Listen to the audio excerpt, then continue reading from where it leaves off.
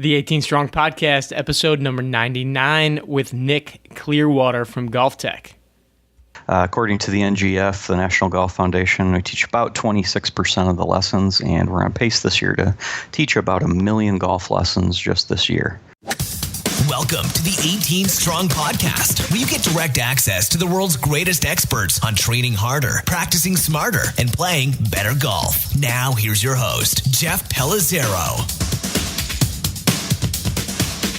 Hey everybody, welcome to the show where once again we are here to connect you with the experts, coaches, players, top performers in the world of golf and share their experiences, their lessons, their trials, their tribulations, their failures, their successes with you, the golfer, so you can live a happier, healthy lifestyle and play a much more strong, successful, competitive game of golf. And this week I have one of my favorite people in the golf world, really. His name is Nick Clearwater. And Nick is the Senior Director of Teaching Quality for GolfTEC, and that's across the nation. So Nick oversees over 200 locations and over 650 golf instructors worldwide, or at least nationwide, as far as I know. And the way Nick describes it to me is GolfTEC is a golf company that wants to help golfers solve their problems. So what GolfTEC has done over the past 20 years is basically collect data on every swing that has taken place in their facilities or in their lessons. And so they have, over the past 20 years, collected data on over 6 million golf lessons, which is just crazy. And I believe he said that over the course of the next year or this year, they will have conducted 1 million golf lessons, which is just insane. But what the strong point of this is that they have now collaborated and taken some of this data to put into use so we can really figure out, okay, what does this mean? What do all these numbers mean? So they did a study recently called the Swing True Motion Study, which Nick is going to dive into a lot. But basically what it did was take 20,000 golfers and 20,000 of those golf swings, and they analyzed it and came up with 6 key positions that correlate very highly with the low handicap golfer versus what the higher handicap golfer does. So Nick walks us through in this episode all 6 of those positions, and really there are things that you can look at on film. If you video your swing, you can look at and kind of see how you measure up as far as the 6 positions are concerned. So what we also talked about was just GolfTEC in general. And what I was surprised with is I just kind of assumed that GolfTEC was just indoor golf lessons. But Nick told me that they do playing lessons, they do practice lessons, and so we get into a lot of those different details. And then I also asked him about his time. You may have seen him on the Golf Channel not too long ago talking about the Swing True Motion Study, as well as I've seen him on the Golf Channel with some other events with GolfTEC also. So I know you're going to get a lot out of this episode. I just want to say another quick thanks to the guys over at Super Speed Golf who have supported the podcast basically almost from day one, and have to say that if you don't know about the Super Speed Golf Clubs, they are one of the tools that I use in my gym every single day, working with clients on increasing their swing speed, and we've seen some huge results. And if you pay any attention to the Super Speed Golf social media, these guys are everywhere. They're traveling up to DC, they're traveling to all these different locations, and it seems like there are tour players and just your general golfers using them all over the place and all boasting how much success they've had. So if you want some more information on the Super Speed Golf Clubs, by all means go to 18strong.com/superspeed and you'll get some information there. We got a video there for you. And if you use the code 18strong, if you go to purchase any Super Speed clubs, you do get a 10% discount on your order. So obviously, thanks to those guys for supporting the show. We loved having them on, and I'm sure we'll have them on again in the near future. But without further ado, let's get to our buddy Nick Clearwater from GolfTEC. Nick Clearwater, welcome back to the 18 Strong Podcast. It's been a long time, my friend. Yes, thanks, Jeff. Good to be here with you again. Yeah, I think it was, let's see, I've got it written down here. It was February of 2015, episode number 25, when you and Jim Keen were here talking about ARX. So it's been a while. There's been a lot of things that have happened in the 18 Strong world, the GolfTEC world. So we're going to kind of dig into a little bit of all of that. But I realized when I was listening back to the last episode, we didn't really get to talk too much about you and your background and where you came from. And so part of the 18 Strong community and podcast is we want to learn more about the experts that we're talking to. So give us a little background on, where did Nick Clearwater grow up? Where'd you come from? And what kind of led you to where you are these days? Sure. Well, I'll tell you, it's a boring story, though, Jeff. That's why I don't tell too many people. Then make it short. What it is. I'll make it short, yeah.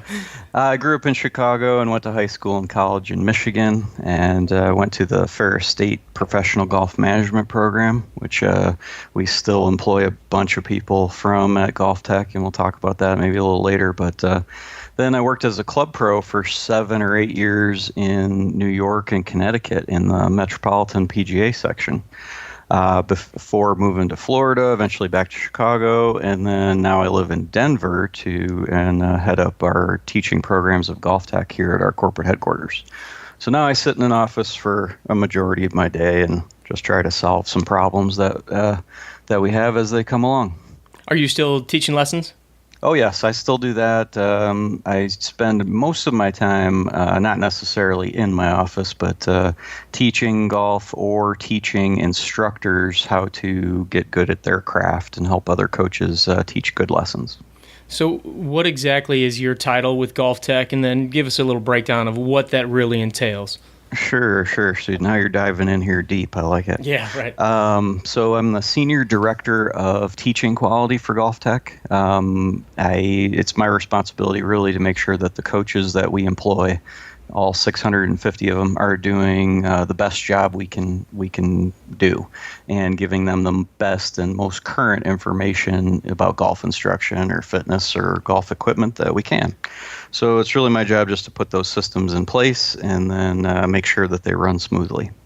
Gotcha. So we'll kind of dive into GolfTEC and the whole system there in a little bit. But most recently, many of us have seen you in the Golf Channel studios. Actually, several times I've looked up at my TV in the gym and seen Nick Clearwater hanging out with Damon and a couple of the guys there. So tell us, well, first of all, what was it like to go to the Golf Channel? Give us a little behind the scenes there, because I have no idea. I see all these guys go on, the different instructors, and it seems like they're on for a couple of days. How does the shooting work? What's it like to go down there and shoot film there? Sure. So they had some interest in what we do with our swing truth study that we'll talk about, and all the massive amounts of data that we collect through all these lessons. So they were interested in just highlighting the study that we did. So I flew down there with someone else from our marketing team, and we hung out there for a couple days and had the opportunity to do a segment on the show on Morning Drive. And they've played it quite a few times, so I'm glad that you've gotten to see it at least once or twice. But we get to Orlando, spent the night, and then early on a Friday morning, I believe it was, we shot an 8-minute segment that was interesting. It's very cool to see their building. They've got an incredible amount of staff that work there. Everyone there is incredible. The part that I did was a little different than what you've seen from other instructors. A lot of their Golf Channel Academy instructors, as part of the fee that they pay, they highlight their coaches for a couple days. That was not what I was doing, but we got there, got to meet everybody from Lauren Thompson to Chris DeMarco was there as well, and I've known him a little bit, so it was good to see him. And Damon Hack, first time I'd ever met him, and he was a tremendous interviewer, one almost as good as you are, Jeff. Oh, thank you. Yeah, we sat down, we explained real quickly how this was going to go. I was expecting things like a run through or more than one take if we needed to. And they sat me down and said, okay, we're ready to go, and we're going to do this once. So nice. That was, at least they didn't tell me ahead of time. That would have been a little more nerve-wracking, for right. Sure. So are you videoing live as they're recording, or they just say, okay, we're going to do it, and then we're going to take it, and we're going to put it on air? Yeah, I mean, it's live. There was no break in the action. They filmed it live, and then they edited a few things, put in some of the graphics, and then showed it a week later or so. Gotcha. And so it was one morning that you were there? That's it. Okay, yep. Cool. One morning, I think the whole thing from start to finish, we were probably in their office for an hour. That's about it. Gotcha. In and out, and here we are. All right, so a question that I asked you back in February of 2015 was kind of what were you excited about most with the year progressing. And the thing that you said was you were excited about analyzing millions of swings that GolfTEC had data on. And obviously that's exactly what you guys have been doing, and that's what you were on the Golf Channel for. So give us an idea of, what you've done with all that data, because obviously it's huge, and then maybe an idea of, we'll dig in on how you collected it and what you looked at and things like that. But tell us a little bit about all the data that you guys have collected. Yeah. No, well, now that you mentioned that, I remember actually saying that to you, and all I had at that point was just a bunch of numbers. We hadn't really done anything with it yet. So we've the little bit of background I can give you that makes this a little more understandable. So the Swing True Motion study is just a trademark name for how we've captured data from many of our GolfTEC clients over the years, and then also how we're putting that together to explain patterns and trends and factual information about how golfers actually play golf and what separates good golfers from bad golfers. So in this particular version of the study that will keep going on for years and years and years as we add more data and we teach more golf lessons and new golfers. But we started with just the 20,000 of those swings of each individual golfer. So 20,000 golfers, 20,000 swings captured with our motion measurement software that we use every day in every single lesson. We compared all of the different positions that we can measure. We looked at what correlated most highly to being a successful golfer. So whichever of these directly correlated to how good you could be or how good you are as a golfer, that's what we highlighted here. So some of them are important for distance and accuracy. Some are just more important for hitting the ball first. But that's what these 6 measurements are. So you said to measure what makes up a successful golfer. How do you define what a successful golfer is? Sure. So part of how we collect the data is a self-reported handicap that all of the clients that we have give us. So we used that reported handicap and correlated how they move throughout the swing to therefore figure out what was important and some of the pieces that were not important that a lot of the industry and a lot of golf instructors actually believe are significant that, at least in this one data sample, did not show any correlation to success. And so what are all the different data points? So obviously I assume you said you guys collect this on every single lesson that you do. So what does that look like when a person's in there swinging a club? What equipment do they have on? I assume you guys are videoing. What's being captured?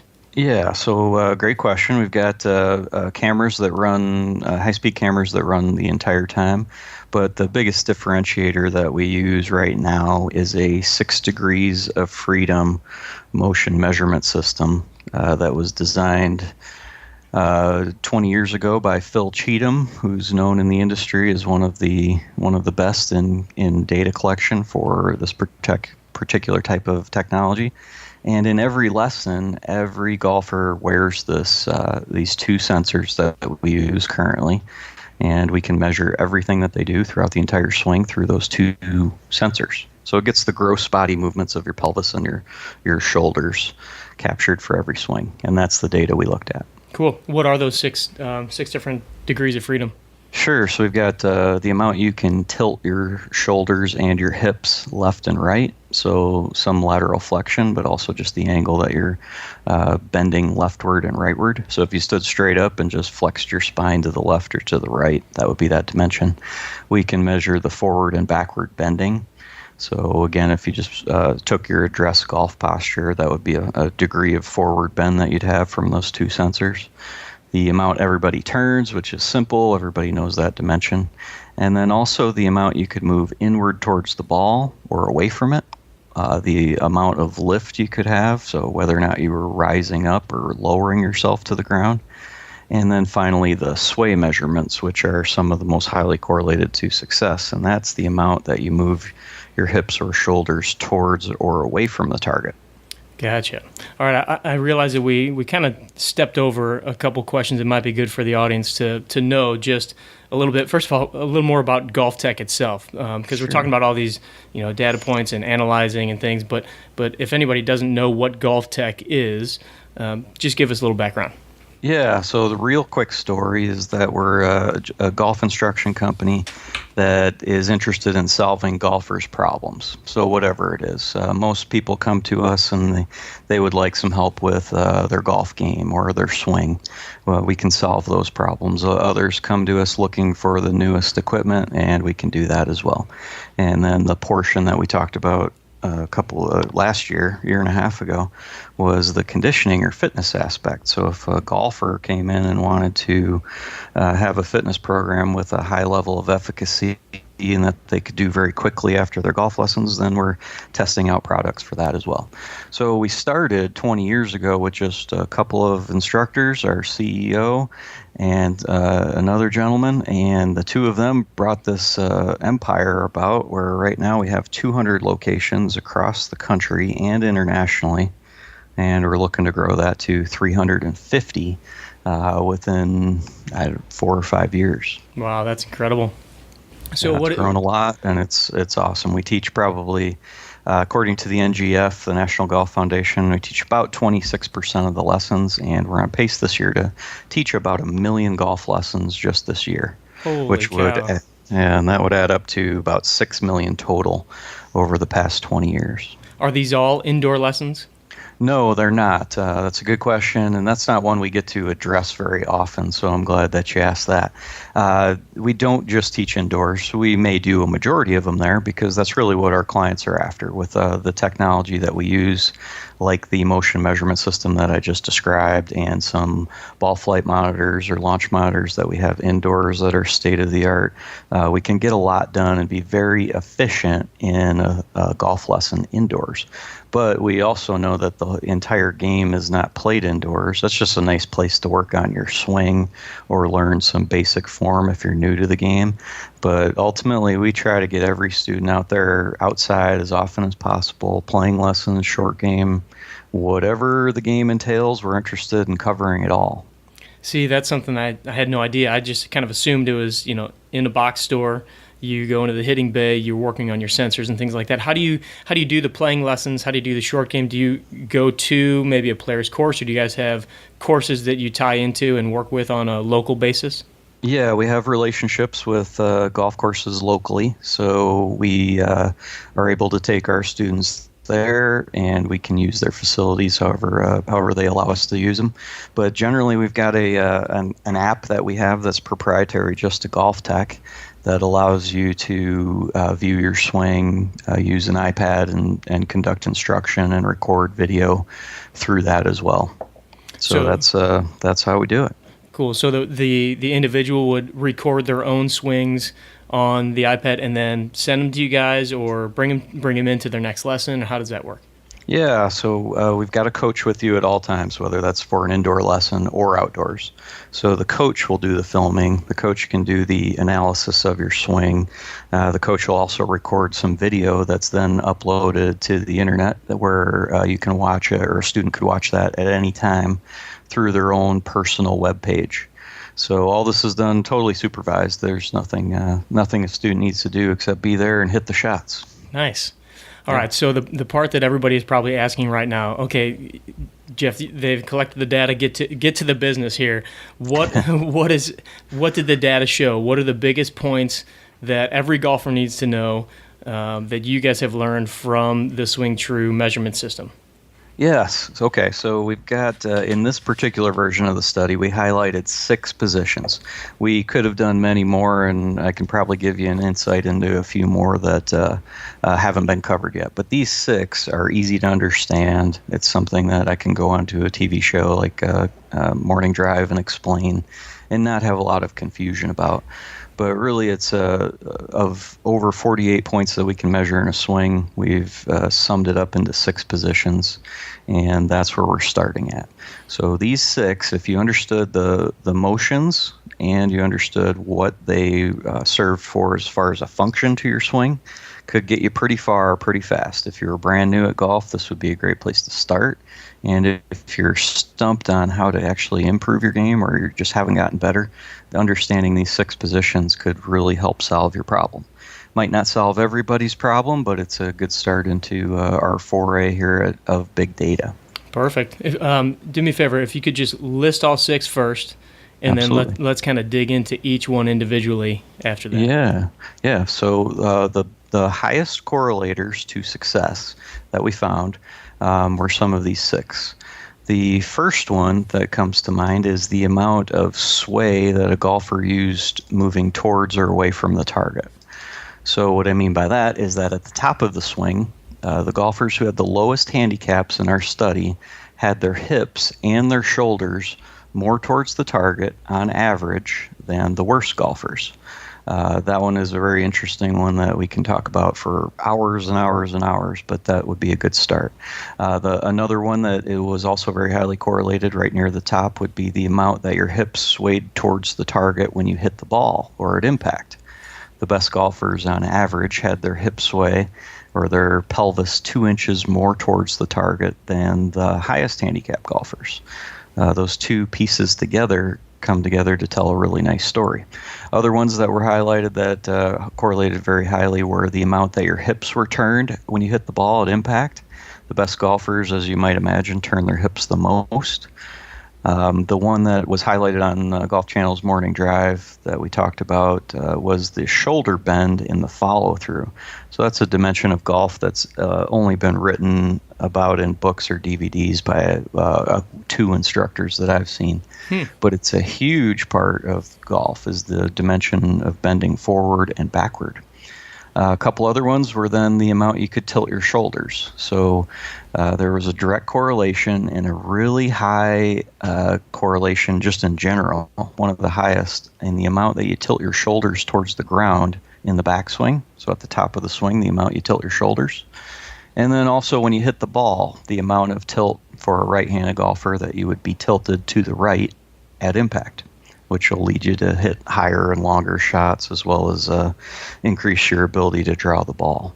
So those 6, the amount your hips sway towards the target at the top of the swing at impact, the amount your hips are turned at impact, the amount you bend backward in the follow-through, and the tilting from left to right throughout the entire swing really would sum up the most efficacious parts of the study.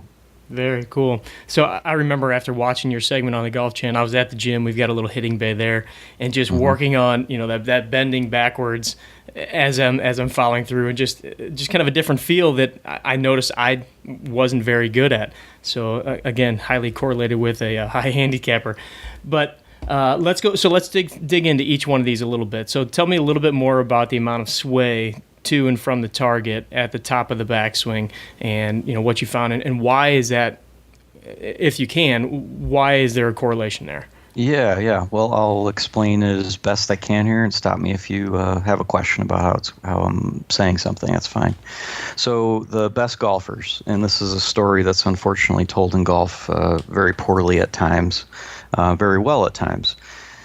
To play the game real well, you need to have some command about where the club is going to hit the ground. The easiest way to do that in the backswing, especially in the formulative stages of learning the game, is to keep your hips closer to the target as opposed to moving them away from the target. Often the game is described, though, as moving your weight in the backswing away from the target and then moving it towards the target on the downswing. Unfortunately, that's not impossible to do. There are plenty of PGA Tour players who play that way. But when you actually measure real golfers, that theory does not hold up under the scrutiny of any kind of measurement. It doesn't show that way at all. In fact, that is the pattern that the worst golfers actually use. So that's what the huge part of what the study reveals, that you're better off keeping your hips towards the target at the top of the swing and at impact to get started and get good at golf. In fact, that's one of the first things you should learn as a golfer, according to the data that we've collected. Very interesting. So yeah, typically you hear you gotta shift your weight to the right, shift your weight to the left. Backswing, go to the right, follow through, go to the left. So in this scenario, is is the position of where the hips are. Is that, let me make sure I'm asking this in a clear way, the position of the hips and the pressure through the feet. What happens, do you guys measure foot pressures and stuff like that too? No, we don't measure that. What we're measuring here is the sensor or the location of where your hips are in space. Simply the position of the hips. Okay. Yeah, Okay. so I'm not discussing pressure at all. I'm just suggesting that moving your hips away from the target in the backswing is a bad idea according to real golfers. Gotcha. Yeah. So because typically you'll see somebody and they're going into their backswing, and you have that whole movement, almost the whole body kind of transfers over, and Yep. I would imagine that movement there, if it's not staying kind of closer to the target, you're just providing a lot more inconsistency, and excessive movement is really, I guess, what it is. Yeah, I might just say you're making it a little bit more complicated to have precision of where you hit the ground. I'm not necessarily a fan of taking out excess movement, or however you want to say that. This is really just factual information about golfers. Okay. So keep your hips towards the target throughout the swing, especially if you're struggling with hitting behind the ball. Makes the game a lot easier. Is there, so if somebody has, we've all got our motion capture apps on our phone. If you had somebody that's just, they're just taking a video with their iPhone or whatever, maybe they have an app that they can draw a line on it. What's something, where should they draw a line to really give them a reference point there? Yeah, great question. Well, if you were starting at address and viewing someone just from the front view, where a caddy would stand or where you can see the front of the golfer, you could draw a line that would be somewhat representative of the outside of your right leg. And then in the backswing, you would try minimally to go to keep your leg from passing through that line or moving further away from the target. And that would be a good reference. Excellent. It's not a perfect one, but it's certainly a great way to do that on your own. Yeah. Another easy way to do that would be to draw a circle or a box around your head. And the more that your head would move away from the target, similar patterns arise from your hips as well. Perfect. All right, let's go to number 2, talking about more of the impact position. Sure. So a couple numbers at impact. The first one would be the amount your hips are turned. I feel as though from our data that we've collected that how to hit the ball and what's actually occurring at impact is a poorly told story as well throughout books and DVDs. Your hips, when you hit the ball, are the most turned for the best golfers, but they're also bending backward, which is similar to the Swing True Motion Study Golf Channel feature that we did as well. So when people are hitting the ball, a common story is they're just golf dogma and years of poor instruction and poor understanding is to try not to move very much when you hit the ball. Keep your head down is a common example of what people are told every single weekend when they hit. But the best golfers, in order to provide a lot of force onto the club, are bending their hips back, they're raising them up, and they're turning them the fastest and the most degrees at impact, on average, relative to their handicap level. Do you guys have pictures of each of these kind of 6 things that we could put up in the show notes that kind of give a visual demonstration? Absolutely. Okay. Absolutely. As I'm talking to you about that, I've got them right here that I can send you right away, and Perfect. That'll tell the story a little easier for sure. It is challenging to try to describe very small movements and things that your listeners haven't not heard yet or don't maybe think about in golf. So yes, we certainly have that. Yeah, that'll be super helpful. I'll also put in the Golf Channel clip as well to talk about the shoulders and everything. Sure. The other motion at impact when you do hit the ball that's highly correlated is the amount your shoulders are tilted to the right. That one will help you shallow out the amount you hit the ground so that you don't hit the ground very hard, and that relates very highly to the amount you push your hips towards the target as well. So if your hips are towards the target and your shoulders are tilted to the right, your chances of hitting very high, long shots are increasing very quickly. A lot of golfers hit the ball as the highest handicap golfers do, and their shoulders are almost level to the ground when they hit. Again, whether that's trying to keep their head down or just a misunderstanding of how to do it, that's a direct correlation to success as well. I hate and to then you saw Go ahead. I hate to say this, but I'm visually picturing a lot of my own swings when you're talking about this stuff. But it makes a lot of sense. Exactly what you just said there is I noticed myself, coming in pretty steep, taking some turf with me. But I also noticed that I'm not getting much of that right shoulder tilt. It's very interesting. Yeah. Well, that's where most of this study has some value, though, Jeff. Is if you don't really know where to start, or what positions have a higher level of efficacy than others, then you're just really taking a shot in the dark on what to do well. And the golfers that we teach, they have 3 complaints about golf. The first one is always it's too expensive. I can't do a whole lot about that. To play golf, that's the price that's set by the market. But the other 2 are things that we're trying to solve with GolfTEC, is that it takes too long. We teach quick, fast lessons, and we're going to help you get good at this. And then the final complaint that ultimately is what drives people out of golf is that it's just too hard. And we're trying to take a big chunk out of that problem just by conducting data analysis like this, and then using that big data to explain the most important parts of the game. Yeah, I think that's neat to kind of break it down as simply as possible and really hone in on, okay, focus on these few things. And like you said, it's not the end-all recipe book, but it's a great point of reference to get started. What about so you mentioned the sway to and from the target in the backswing. Where should our hips be at impact? You mentioned the turn, but as far as the sway to and from. Sure. So wherever they do start, so imagine wherever you are at address, that would be your 0 point. The best golfers that we've tested hitting both irons and woods have their hips almost 2 inches more towards the target than where they started.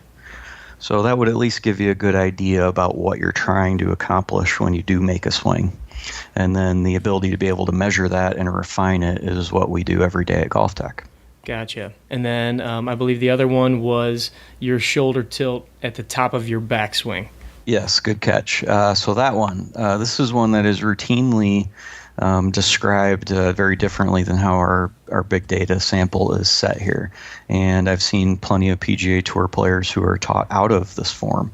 But in the backswing, there's a direct correlation between how successful you will most likely be as a golfer and the amount you tilt your shoulders to the left in the backswing, assuming that you're right-handed. So if you just stood up and you bent your spine to the left, that's the leftward tilt that we're describing when you swing. A lot of golfers are trying to turn their shoulders very level to the ground. Well, that's indicative of what the 31-plus handicap golfers do. The best golfers, the ones you see on TV every single weekend, are tilting their shoulders on average about 36 degrees to the left, and ultimately many of them are tilting much more to the left than that. So that's another part of golf instruction that's sometimes just misunderstood, and that's mainly not an instructor's fault, or it's not the fault of even a person trying to swing who doesn't try to do this.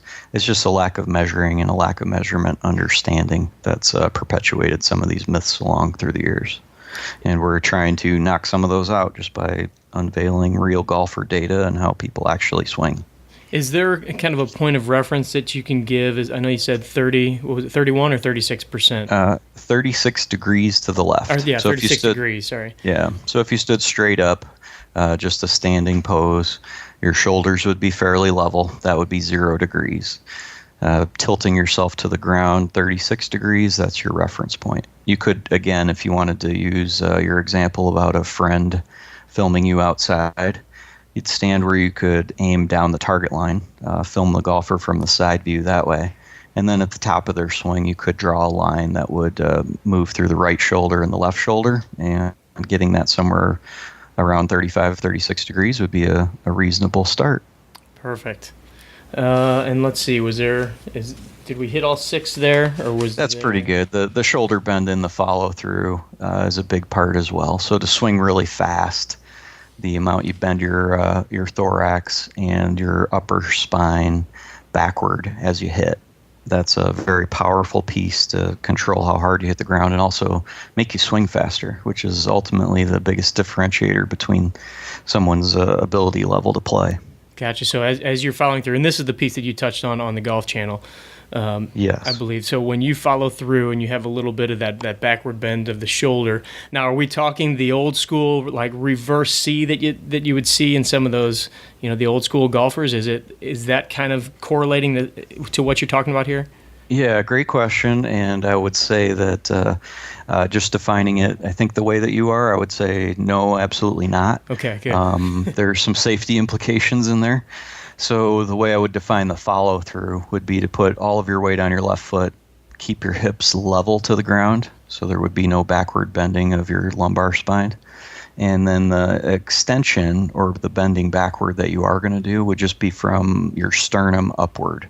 And that would go all the way into your neck and your cervical spine as well. But that's where the backward bending is. We're not prescribing, and the best golfers are not hitting with their knees still flexed into the follow through, and their hip bend actually being backward as well. So gotcha. That's the safety implication in there too. So that's a great question, and a lot of people might interpret bending backward with bending your entire body backward, and that's certainly not the case. Yeah, that was a good clarification there. Okay, so now we've got these 6 pieces that you really look at, or that a golfer can kind of analyze and look at what they're doing. When they go to an instructor at GolfTEC, how do you then kind of prescribe something for this person, and do you guys come up with kind of a practice plan or help them devise a bit of a practice plan? We've talked with some great instructors on the podcast, Trillium Rose being one of them, who really talked about like gamifying your practice or just having a plan in place to challenge yourself, progress yourself. What do these people, what's the best course of action for them after they've got some data? Yeah, so I would agree completely with, I'm sure that won't surprise you, with what Trillium's saying there. Practicing and having some sort of organized plan about how you're going to do this is one of the most critical, if not the most critical aspects of wrapping up a golf lesson that we do. And we do that for everybody. So once you've had your swing measured, we'll compare it to these tour averages and these pictures that you'll see up on your website. And then we don't try to train everyone to do the same thing. That's not the point at all. We'll pick the measurements that will cause you to have the least frustration of whatever your problems are. We're just interested in solving the problems, not making everyone swing the same.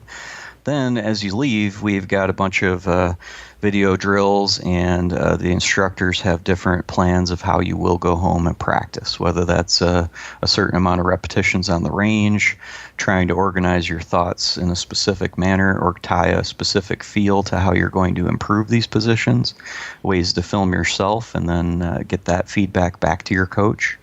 And conducting what we think is really important is seeing clients on a regular basis to help them continuously improve. So most of our clients, at least the ones who see the most improvement, are with us every week or every other week, and then we continuously measure and refine the swing for them each and every single week. Gotcha. Yeah, I find that that's such a big piece that people seem to be struggling to find an answer for in many ways. And I get emails every now and then on, just ideas of training programs, practice programs, things like that, where, it's like anything. If you don't have structure, you don't have just kind of a set goal in mind and things kind of scheduled out, sometimes you're just kind of winging it as you go. So it's cool to hear that you've got some actual practice plans and, steps for them to take once they move forward. Yeah, no, you make a great point. I mean, systems make the world go around, and our systems that we have in place to help people get better are just more detailed on average, I would say, than if you just went to a golf instructor who was on a driving range and that was only a small part of his job. He just wouldn't have the same tools, the same measurement tools, the same tools to provide practice plans afterwards. It's just not the same information that you're going to get, and that's what we're trying to do, is make this very organized but yet form-fitting to anybody. So you kept mentioning that you're going to continue, obviously, to collect as much data as possible. So what's next for Swing True and GolfTEC? Yeah, great question. That one comes up once in a while. What's version 2 or 3 or 4 of the study going to be? It's going to keep living as long as I work for GolfTEC, I'm sure. So that we're going to measure new parts. of the body. So your left wrist, for example, is of extreme interest to me. The flight of the ball, which we capture on every shot as well, and then use some launch monitor data to show each individual where the balls are flying. So in every lesson, you're not just hitting golf balls into a net indoors. We've got launch monitor technology that will accurately portray where the shots go. So what we'll do there is take that data for every one of our golfers again and do the same comparative analysis. From that, we can also make predictive models. Got some pretty interesting ideas going with some heat mapping of just where all these data points fall. So you could see every single data point that we've ever captured on one piece of paper to just see the exact trend of how people on average play. So to really answer that, it's just going to keep going. We're going to measure more parts. We're going to continue to move forward as our technology improves. So will this study. So one thing that I know a lot of people are concerned about is the whole paralysis by analysis mentality. So when you look at, everybody's capturing all this data, everybody's looking at all these different things. Obviously, you guys have a huge database. What's a way for somebody to get around? It's very important, obviously, to have this data, but what's a way for a golfer to kind of get around being so focused on different data points and sometimes just getting out there and playing, or, when you're on the range practicing, getting into also that feel component of the game? Yeah, that's an easy one, Jeff, and I totally appreciate the comment. It comes up all the time. Is this going to make golf too technical? I think it does the exact opposite of that. The closest analogy I might be able to give to get started on the whole question is the analogy of a doctor. I'll even ask you this question, Jeff. If you went to have surgery on, this will obviously never happen to you, but if you did have to have some sort of surgery, would you want to go to a doctor that knows the least about his craft or the most? I think you probably know the answer, but yeah, it's as rhetorical as it can get. Well, the concept lives in golf instruction as well. If you know a lot about your craft, you can therefore make this easy to digest for anyone. Just like that doctor would potentially take your blood pressure when he first sees you. He's going to tell you it's either high or low, and that's the end of the conversation. We're looking to do the same thing with our diagnosis, not tell you every single problem that you have and why it has to be a certain way, but to get in there really quickly, check your blood pressure of your swing and how you swing, and then give you a small detail about which measurements would be really important for you to get better with. So knowing a lot about these measurements makes it easy for an instructor who does this every day to help somebody. It's quite the opposite when you try to make something as complicated as golf just very simple. That's only done when you know a lot about the activity itself. So all we're going to do in a golf lesson, again, is measure your swing, give you a good starting point, and then slowly bump each and every one of those motion measurement problems that you have towards a more usable measurement. I like that philosophy a lot. It's much like in the training industry, and in any industry really, if you start giving too much in the way of details to the person who isn't an expert, then they start kind of focusing on these different little things, and it becomes kind of an overwhelming issue. So being able to break it down simply for them, but know why in the back of the instructor's head they're doing these certain things makes a lot of sense. Yeah.